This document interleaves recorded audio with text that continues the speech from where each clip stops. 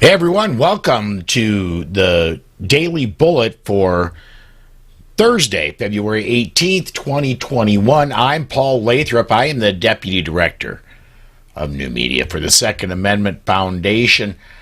Got things just getting started getting social media put up. I do want to remind you, and I'm going to use the fancy software to do that. Remember to comment while the show is live. I will discuss relevant comments on the air. Relevant comments today are going to be a lot more open than they were yesterday or any other time when I have a guest with me.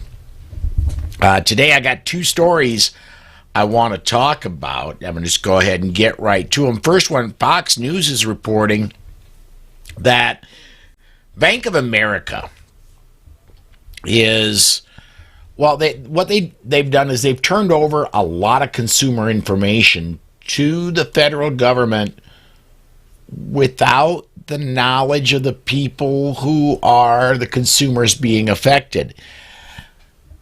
Consumers who have, through Bank of America's eyes, were confirmed as transacting either through bank account, debit card, or credit card purchases in Washington, D.C. between January 5th and January 6th. Purchases made for hotel/Airbnb RSVPs in D.C. and Maryland after January 5th. Any purchase of weapons or at a weapons-related merchant between 1/7 and their upcoming suspected stay in D.C. in the round inauguration day, or any airline purchases since 1/6. Combine that all together, it came up with a list of just over 200 people. And guess what? Bank of America, who, by the way, they're on the list of companies that SAF recommends you don't go with because they are decidedly anti-rights. But they turned those people, the information over to the government, and at least according to this story, at least one person has been contacted by the federal government. What gets me here is they did this without informing any consumers. Banks, you would think, are supposed to keep your information private. However, Bank of America, it seems, decides that they decide what is private in your information and what is up to them to disclose to anybody. That's very, very disturbing to me. Another story that I want to cover, this is out of Oregon, House Bill 2543. What that is normally for most of the country, if you go into an FFL, you purchase a firearm and you come back delayed, the federal government, the FBI, has 5 days to complete 5 business days, 1 week, to complete a background check and come back with that data. If they don't, it's at the gun shop's discretion whether to release that firearm to you or not. The vast majority of gun stores do release that data. However, in Oregon, if HB 2543 comes through, it's infinite.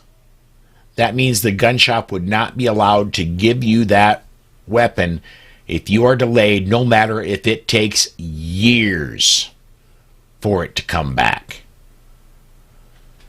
Again, I don't need to say this. A right delayed is a right denied. Let's go over and see what social media is saying.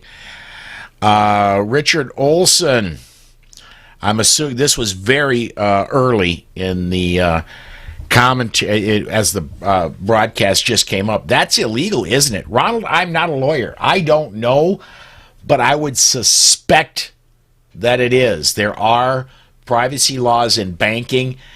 I am not a lawyer, but I would expect that yeah, it's a little less than legal. He comes back with, I pay cash for my weapons. Ha ha ha. Glad I don't do business with them. I'm going to recommend everybody, no matter who you are.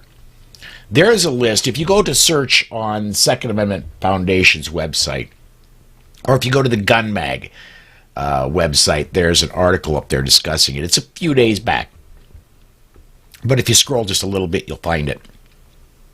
There's a list of 200 companies that the SAF has put together that are decidedly anti-rights. They don't want you to have a gun. They want to do everything they can to stop you from having a gun. I wouldn't do any business with those companies, period. If you have any choice in the matter, I would totally cut those companies off from financial compensation by you. Let's see here. Charlie Cook. Hey, Charlie. Hey, man, glad to see you watching. Charlie Cook says, I thought it was only 3 business days. That could be, Charlie. I'm just going off what I was told the last time I purchased a weapon, which is one of those evil black rifles, was the last time I purchased a weapon. It's been a little while, and I was told and I came back delayed, and I was told by the gun store to come back in 1 week, and they would release it if they hadn't got something back. Guns and Barbecue says, I'm finding a lot, I think is supposed to be, of local gun shops give a small discount if you're paying cash rather than with a card. That's a great point. All merchants, if a merchant takes your card and runs it for the purchase, they have to pay a small amount, and sometimes not so small, to Visa or MasterCard or Discover or whoever's the logo on the card. They have to pay a small amount of that to that brand for using the card. So I would imagine a lot of gun shops, if they can avoid paying that, will pass the savings, or at least part of that savings, on to you. Let's see here. Barry says, I have no choice right now but to do business with Bank of America. They own part of my mortgage and a car payment. Barry, man, I feel for you. I really do. That's a tough situation to be in. Speaking as a non-financial advisor, believe me, you do not want me advising you on anything finance. But if you're in a position, I'd seriously look at refinancing a mortgage to get away from that if you can. I understand if you can't. I don't judge. I really, really don't. Lisa says, where do I find the list of anti-gun stores so I can avoid doing business with them? Lisa, it's up on, and I will put it as, I'm live right now. I'm kind of limited to what I can do, and it's just me, myself, and I running the show. But there's a story up on the Gun Mag, and I believe you can find it also through just searching the Second Amendment Foundation's website. But there is a very recent article that we now have 200 companies in there that are anti-gun, and the Second Amendment Foundation recommends you don't do business with them if you can't avoid it. And that's just the trick. If you can't avoid it, sometimes, for example, I don't have a choice of who I go through for the electric or gas or water supply for my house. I have to stick with what's available. Sometimes if somebody has poorer credit, they may be stuck with 1 or 2 companies they can finance a car or a house through. So, I mean, again, if you have a choice, make the choice to go with a company that does not want to restrict your freedoms going. Binky says, this one's interesting. Your cash is FRNS, Federal Reserve notes, not money. The only real money is gold and silver coin.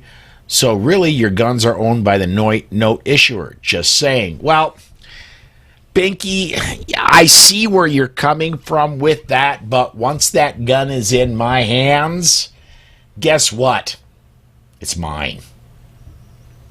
It doesn't belong to the note issuer. It belongs to me. And I don't have a whole lot of coins that are pure gold that I can go to the gun shop with and say, hey, I'll give you 6 ounces of gold. How about you hand me that Barrett rifle over there? That doesn't really, it's not practical. Now, one thing that is interesting that is becoming very popular lately, especially since Elon Musk has been pushing it, Bitcoin. Bitcoin could theoretically, in the future, displace a lot of the U.S. currency. And I think that's interesting. I think the federal government, if it gets to that point, would be stepping in and trying to curb that, because if the federal currency isn't involved, if bank transactions aren't involved, they don't have as much ability to tax you. And they're all about collecting that tax. Let's see here. Chris. Very, very correct, Chris. Levi's Jeans is against the Second Amendment. They most certainly are.